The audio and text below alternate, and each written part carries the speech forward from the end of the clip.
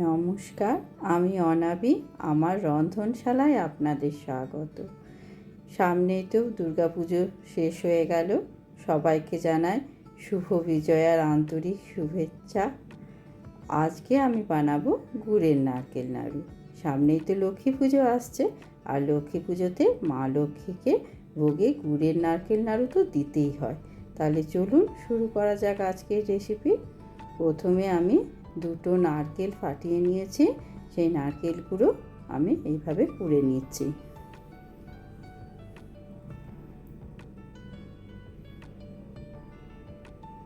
নারকেলগুলো কোড়া হয়ে গেছে।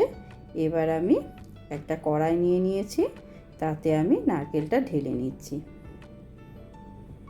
এখানে আমি ভোগের নারকেল নাড়ু বানাচ্ছি, সেটাই আপনাদের সঙ্গে শেয়ার করছি।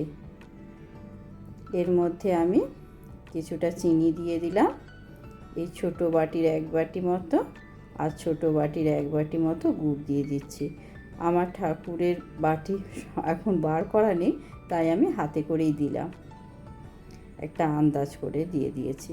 তো আন্দাজটা আপনাদের বলে দিলাম। ছোটো বাটির 1 বাটি গুড় দিলাম, আর 1 বাটি চিনি দিয়ে দিলাম। এবারে খুব ভালোভাবে এটাকে মেখে নিচ্ছি। গুড় আর চিনিটা ভালোভাবে মেশানো হয়ে গেছে। এবার আমি এটাকে গ্যাসে চাপিয়ে দেব। এটাকে লো ফ্লেমে আমি অনেকক্ষণ ধরে এটাকে নাড়াচাড়া করে তৈরি করতে থাকব।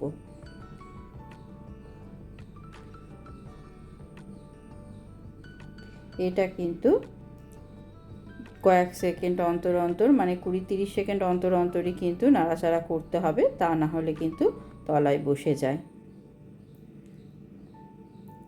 নাড়ু সবসময় একটু মোটা গেজের কড়াইয়ে করার চেষ্টা করবেন। পাতলা কড়াইয়ে করলে না তলাটা তাড়াতাড়ি ধরে যাবে।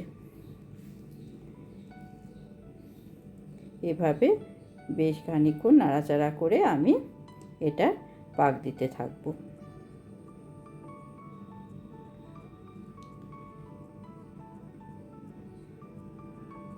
লক্ষ্মী পুজোতে বিভিন্ন রকম ভোগের মধ্যে গুড়ের নারকেল নাড়ু কিন্তু অবশ্যই দিতে হয়। আপনারা যারা বাড়িতে লক্ষ্মী পুজো করেন তারা তো অবশ্যই জানেন, আর যারা নাড়ু প্রথম করবেন তাদের জন্যেও এটা একটা খুব সুন্দর রেসিপি। তারা এটা দেখে খুব ভালোভাবে করতে পারবেন। এইভাবে করলে দেখবেন একদম পারফেক্ট নাড়ু তৈরি হয়ে যাবে।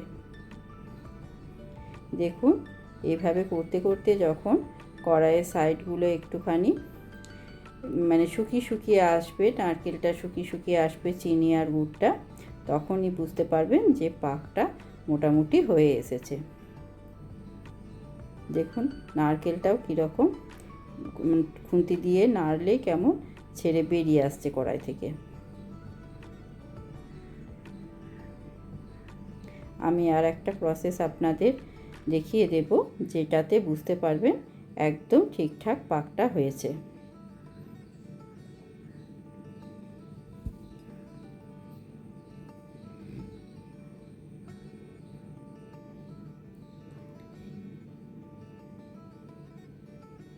আমি অল্প একটুখানি নারকেল একটা অন্য জায়গায় তুলে নিলাম। তুলে এটা হালকা একটু ঠান্ডা হলে হাতে করে একটুখানি ঘুরিয়ে ঘুরিয়ে আমি দেখে নেব ঠিক নাড়ুর মতো পাকানো যাচ্ছে কি না। যদি নাড়ুর মতো পাকানো যায় তাহলে বুঝবেন এটা একদম তৈরি হয়ে গেছে। আর যদি পাকানো না যায়, ছেড়ে ছেড়ে যায়, তাহলে কিন্তু আরও খানিকক্ষণ জাল দিতে হবে। আমার এটা হয়ে গেছে। এবার আমি এখানে 3-4টে এলাচ একটু থেতো করে রেখেছিলাম হামালদিস্তায়, সেটা দিয়ে দিলাম। এবারে এলাচটা একটু ভালোভাবে নারকেলটার সাথে মিশিয়ে নিচ্ছি।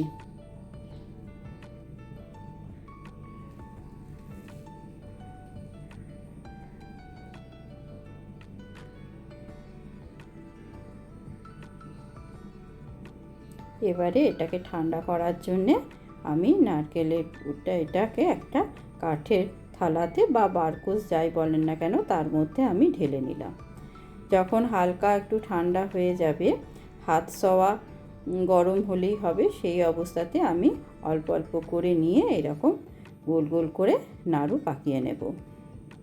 একদম পুরোপুরি ঠান্ডা কিন্তু করে নেবেন না, তাহলে কিন্তু ভালোভাবে পাকানো যাবে না, শক্ত হয়ে যাবে নারকেলটা আর ঝরঝরে হয়ে যাবে। তাই হালকা গরম থাকতে থাকতেই কিন্তু নাড়ুটা বানিয়ে নিতে হবে। ঠিক এইভাবে সব নাড়ুগুলো আমি পাকিয়ে নেব। দেখুন কি সুন্দর নাড়ুগুলো তৈরি হয়েছে। কিছুক্ষণ রেখে দেবেন, ঠান্ডা একটু হয়ে গেলে বেশ সুন্দর নাড়ুগুলো তৈরি হয়ে যাবে। এবার এটা একটা কন্টেনারে ভরে রেখে দিতে পারেন আপনারা, অনেক দিন থাকে। আর মা লক্ষ্মীকে ভোগে এইভাবেই নাড়ু বানিয়ে দেবেন, খুব সুন্দর নাড়ু তৈরি হয়ে যাবে। কেমন লাগলো আজকের রেসিপি জানাবেন। ধন্যবাদ।